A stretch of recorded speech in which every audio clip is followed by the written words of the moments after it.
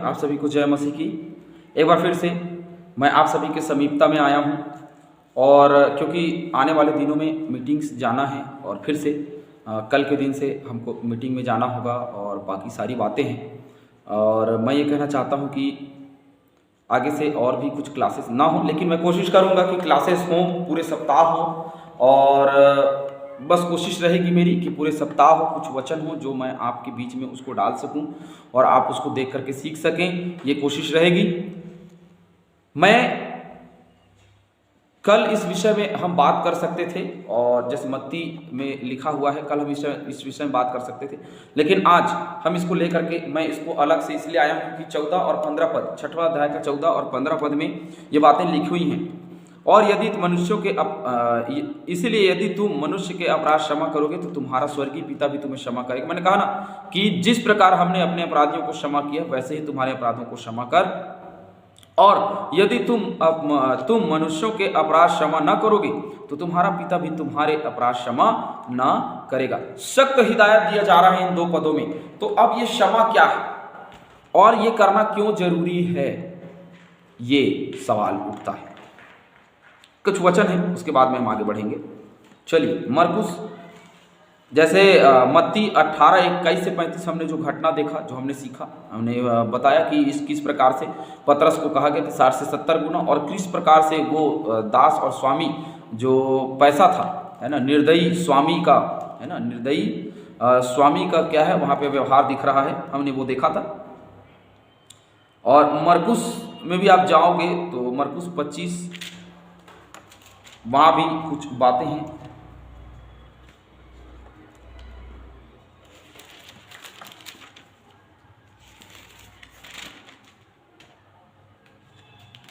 कितने का 25 है,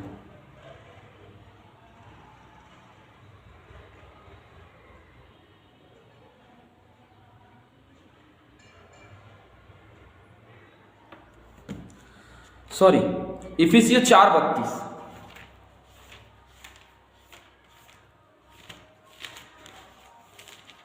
इफिसियों 4:32 वहां इस प्रकार से लिखा है, एक दूसरे पर कृपालु और करुणामय हो, और जैसे परमेश्वर ने मसीह में तुम्हारे अपराध क्षमा किए। किसमें अपराध क्षमा किए?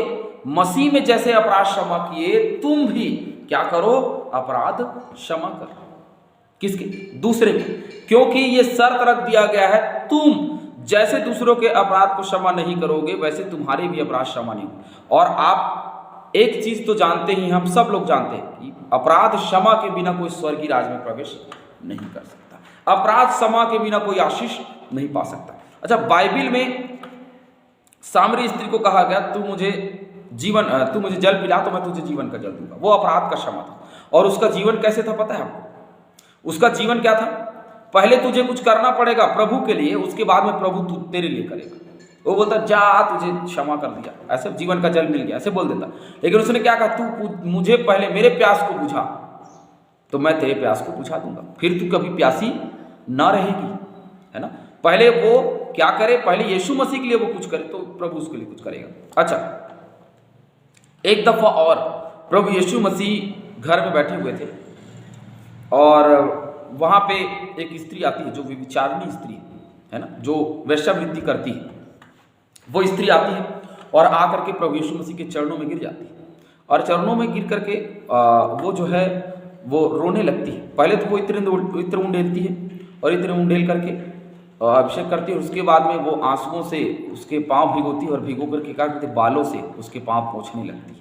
ये पश्चातापी मन, ये पश्चातापी हृदय, क्योंकि वो जानती थी ये रब्बी, ये मेरे अपराध को क्षमा कर सकता है। और वो अपने अपराध को भूल करके आई, अपने जीवन के हर एक चीजों को भूल करके आई, और प्रभु ने कहा जा तेरे अपराध क्षमा, फिर कभी दोबारा पाप न करना।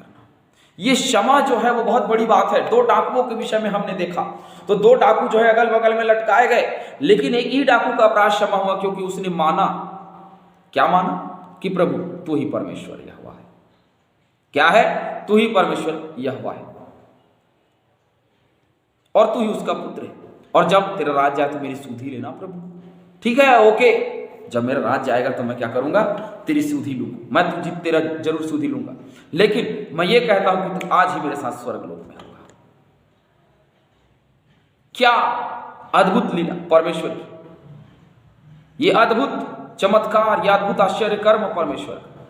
कितनी दफा हम अपने अपराधियों को क्षमा करते हैं, परमेश्वर जिंदगी भर हमारे अपराध क्षमा करता है। मैं अपने जिंदगी से बात करता हूं, मेरी जिंदगी में ऐसा तो कुछ था ही नहीं कि परमेश्वर के सामने मैं खड़ा हो सकूं। और मैं सोचता हूं जितने आप सुन रहे हैं, हर एक के जीवन में ऐसा था पहले और है अभी भी कि हम परमेश्वर के सामने खड़े नहीं हो सकते, लेकिन फिर भी हम खड़े हैं। क्यों खड़े हैं? क्योंकि उसने हमारे अपराध क्षमा किए। अरे तो जब उसने हमारे अपराध क्षमा किए तो हम क्यों नहीं कर सकते? कुलुस्सियों 3:13।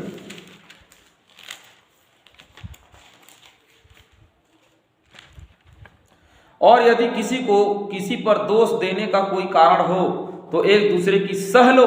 क्या कर लो? एक दूसरे की सह लो। भैया अगर कुछ भी है, दोष मत लगाओ कि तुम पर भी दोष लगाया जाए, परंतु एक दूसरे की सह लो और एक दूसरे के अपराध क्षमा करो।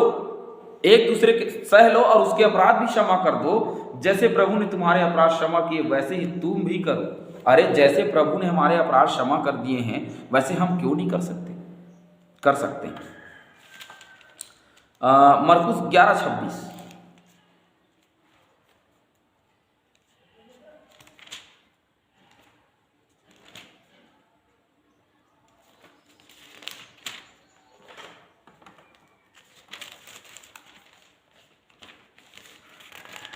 मरकुस 11:26 में लिखा है, और यदि तुम क्षमा ना करो तो तुम्हारा पिता भी जो स्वर्ग में है तुम्हारा अपराध क्षमा ना करेगा। अरे क्यों करेगा भाई परमेश्वर? अरे खुद हम गलत हैं, खुद हमारे अपराध में है, दशा में है। क्योंकि जो दूसरे के पाप क्षमा करता है ना, वो कभी अपराध नहीं करता, वो दूसरे के प्रति गलती नहीं करता। तुम क्या चाहते हो तुम्हारे साथ लोग करें? मैं अच्छा व्यवहार चाहता हूं, वैसे भी मैं दूसरों के साथ में करूं जैसा मैं अच्छा व्यवहार चाहता हूं, लेकिन मैं नहीं करता। जैसे मैं चाहता हूं कि मेरे अपराध क्षमा किए जाएं, मैं भी दूसरे के अपराध क्षमा करूं, लेकिन मैं नहीं करता और मैं सोचता हूं कि मेरे लिए सब कुछ हो, तो परमेश्वर नहीं करेगा। लूका 11:4। और हमारे पापों को क्षमा कर, क्योंकि हम भी अपने हर एक अपराधी को क्षमा करते हैं। हम भी हर एक अपराधी को क्या करते हैं? क्षमा करते हैं, इसीलिए तू हमें क्षमा कर। एक और देखते हैं स्थल, मत्ती 18।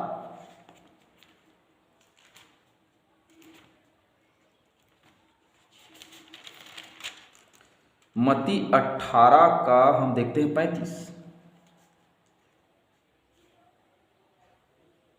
इसी प्रकार यदि तुम में से हर एक अपने भाई को मन से क्षमा ना करेगा तो मेरा पिता जो स्वर्ग में है तुमसे भी वैसा ही करेगा। अच्छा, तुम्हारे लिए भी वैसा ही करेगा जैसे तुम अपने भाई के साथ में करोगे, जैसे तुम अपने पड़ोसी के साथ में करोगे। उसने कहा अपने पड़ोसी से प्रेम रखो, इसीलिए कहा क्योंकि वो जो गलती करते हैं उसके साथ में उनसे प्रेम रखो, जो कमियां और घटियां उनके जीवन में है उसके साथ में प्रेम रखो। मैं किसी से प्रेम करता हूं क्योंकि वो बहुत ही खास है, उसके बहुत सारे गुण हैं, अच्छी बात है, लेकिन अगर मैं उसके अवगुण से भी प्रेम करता हूं तब हम उसके अपराध क्षमा कर सकते हैं। लेकिन हम गुण से प्रेम करते हैं, अर्थ उसका अच्छा व्यवहार था, लेकिन जिस दिन उसका अच्छा व्यवहार हमारे लिए बदल गया हम उससे बात करना बंद कर देते हैं, क्योंकि हम उसके अवगुण के साथ में उसको ग्रहण नहीं करते। और क्यों नहीं करते? मुझे एक बात समझ में नहीं आती, क्यों नहीं करते? क्योंकि परमेश्वर जो है, जो परमेश्वर है वो तो ऐसे ही है। हमने तो ऐसे ही देखा परमेश्वर, कुछ नहीं, ऐसे ही है परमेश्वर। मैं आपको बता दूं, परमेश्वर बहुत कुछ है जो हर एक के जीवन को बदल सकता है, हर एक के जीवन को नष्ट कर सकता है, हर एक के जीवन को बर्बाद भी कर सकता है। तो परमेश्वर ये कह रहा है कि जब तक तुम किसी और के अपराध क्षमा ना करोगे तुम्हारे भी अपराध क्षमा नहीं होंगे। आप प्रार्थना करते रहिए ना, निरंतर लग रही है कि प्रभु मेरी प्रार्थना सुन, मुझे क्षमा कर, मैंने अपराध किया, मैंने पाप किया, ये पाप किया, वो पाप किया, वे विचार किया, ये किया, वो किया, शराब पिया, जिंदगी भर ऐसा किया वैसा किया। लेकिन जिस दिन हमारे अपराध क्षमा हो जाते हैं, जिस दिन हम उन हर एक चीजों को, उन बुराइयों को हम छोड़ देते हैं, उस दिन हमारा आंख खुल जाता है। पतरस बोला 60 से 70 गुना बार क्षमा करना तब आना। पतरस कहता है स्पेशली, प्रभु मैं अपने भाई को कितनी बार क्षमा करूं? बोले कितनी बार कर सकता है भाई? 7 गुना? अरे नहीं नहीं नहीं नहीं, ऐसे नहीं बोल रहा हूं भैया, 7 गुना नहीं, 60 से 70 गुना। अब 7 का 70 गुना आप लगाते चले जाइए, बहुत सारा, अनगिनत, आप उसको गिनती नहीं कर सकते। इसका मतलब है कि जीवन भर आपको क्षमा करना है।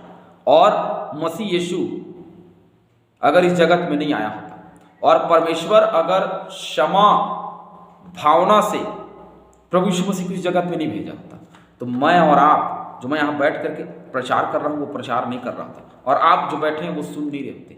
और हम सब के जीवन में कुछ ना कुछ कमजोरियां थी।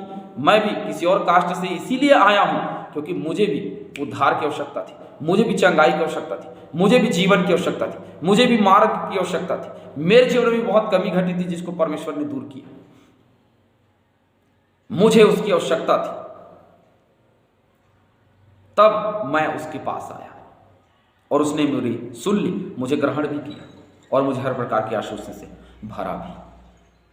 हम जितनी दफा परमेश्वर के करीब में आते हैं, उसके साथ में बने रहते हैं, उतना ही ज्यादा परमेश्वर हमारे अपराध को क्षमा करते चला जाता है। मेरे और आपके अपराध अगर क्षमा नहीं होते तो मैं और आप इस स्थान में नहीं होते, उसकी महिमा नहीं कर रहे होते। और हम, क्योंकि इजरायली प्रजा ही उसकी निज प्रजा थी जिसको उसने चुना था।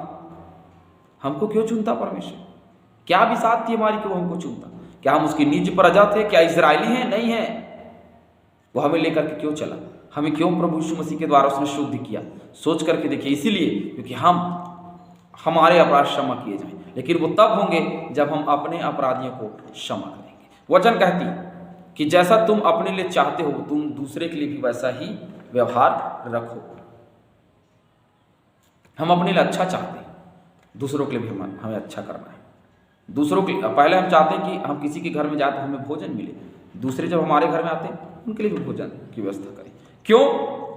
क्योंकि जैसा हम करते हैं वैसा हमारे लिए होते चला जाता है।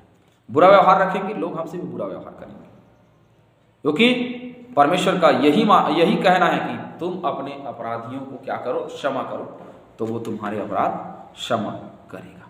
आप सभी को परमेश्वर आशीष दे। आप सभी को जय मसीह।